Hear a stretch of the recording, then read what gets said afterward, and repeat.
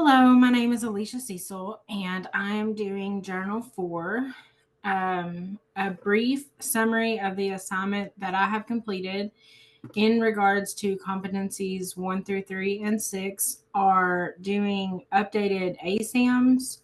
So insurance is requiring a reassessment of the ASAM weekly for clients that are in outpatient programming. And I have been the one that's been meeting with these clients to get like their updated ASAM scores. Um, the assignment relates to my practicum because this is not something that I've ever done before. And so I have been doing this for about a month now. The competency 1 to demonstrate ethical and professional behavior. So meeting with the clients, I have to get information regarding if they're having any cravings, if they're having any biomedical conditions, mental health conditions, also what their housing situation looks like. And I have to be professional and also have ethical boundaries and make ethical decisions that include being honest about everything that the client is reporting to me, regardless of knowing whether or not insurance will approve it. We have to be honest about what the client is reporting.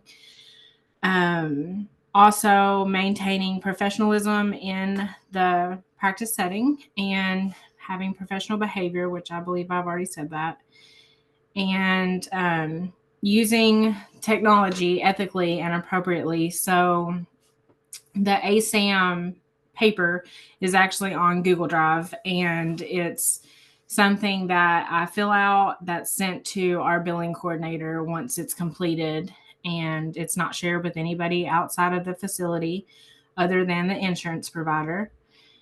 I've also used supervision to talk to my supervisor about some of the questions that I've had, because most of the time when clients are 2 to 3 weeks in their program, they're not really having any like cravings or withdrawal symptoms. But when what I've learned is that withdrawal can include like irritability, decreased appetite, increased appetite, having a hard time focusing, having sleep disturbances. So there's been a lot that I've been able to learn there.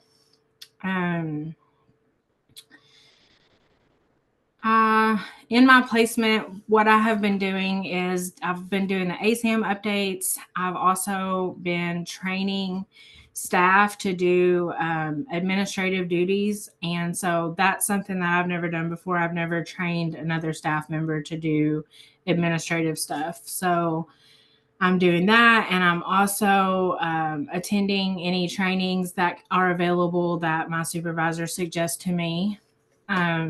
My strengths at the agency haven't really changed from journals 1 to 3, and they still apply. Like, I've been employed here for 6 years, and so I am very organized. I'm good at communication. I'm very dependable. I'm honest.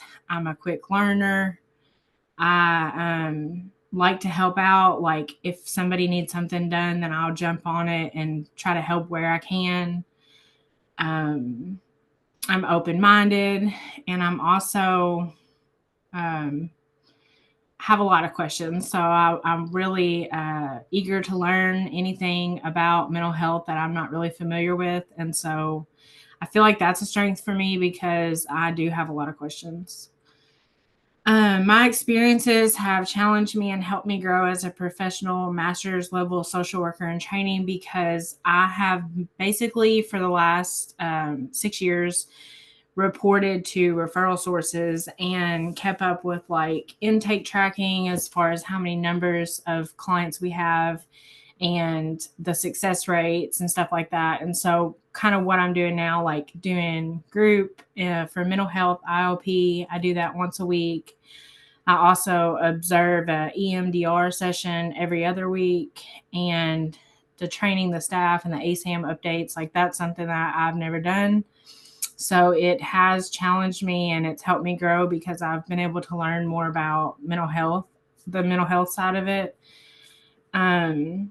Feedback that I received during supervision. So one thing that me and my supervisor have been talking a lot about is like the CSW test and kind of prepping for that and using our time together to kind of go over like the questions in the Pocket Prep app and the binders for the study guide and how to understand exactly the wording that's going to be on the test and how to take that test and be successful.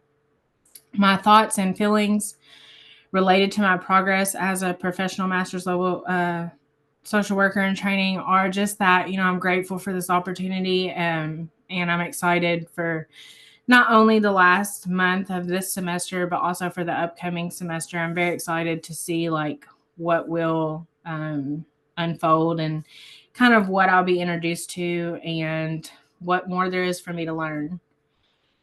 The ADI practices that I've observed in my agency are pretty much the same. Like everything is pretty simple for the clients to understand. And if the clients have any questions, then the facilitators and the clinicians that are here at this agency have a really good way of breaking stuff down and making it more understandable for the clients that maybe have never heard that terminology. There's also a wide variety of cultures and races that are in this facility, and everybody's really respectful and professional as far as that goes. What I have done for self-care. So for self-care, I have started exercising. And so I've got this exercise all-in-one machine in my garage, and I've started doing that at nighttime. And then I have a walking pad. And so I've been trying to make sure I get at least like 10,000 steps a day. And it really is good for my mental health because I'm not just sitting behind a desk all day. Like I go home and get up for a little bit and do a little exercise. Probably, I would say about an hour a day. And then on the weekends, I take a break from that. I don't see any barriers or obstacles for self-care during this time, and I don't really anticipate any upcoming barriers. Um, for self-care emergencies, I also have a therapist, and so I'm doing therapy monthly with my therapist. And for self-care emergencies, I really just would probably call my mom and ask her to take my son for a few hours so that I could have some quiet time and do something like go for a walk outside or go fishing, go get my nails done, go get a massage, go get a pedicure. There's a lot of different types of self-care techniques that I really enjoy. So for emergencies, I would probably rely on one of those. The only way that I foresee my plan changing is if I learn new things along the way. So I really like yoga and meditation, exercise, being outside, which is getting kind of cold now. So won't be spending as much time as I was outside, but I could put something else in place of that. So, and how I track my self-care, I use a planner I track everything that happens every day. I'm a little bit over the top with it, but that's kind of what works for me. So thank you. Have a good day.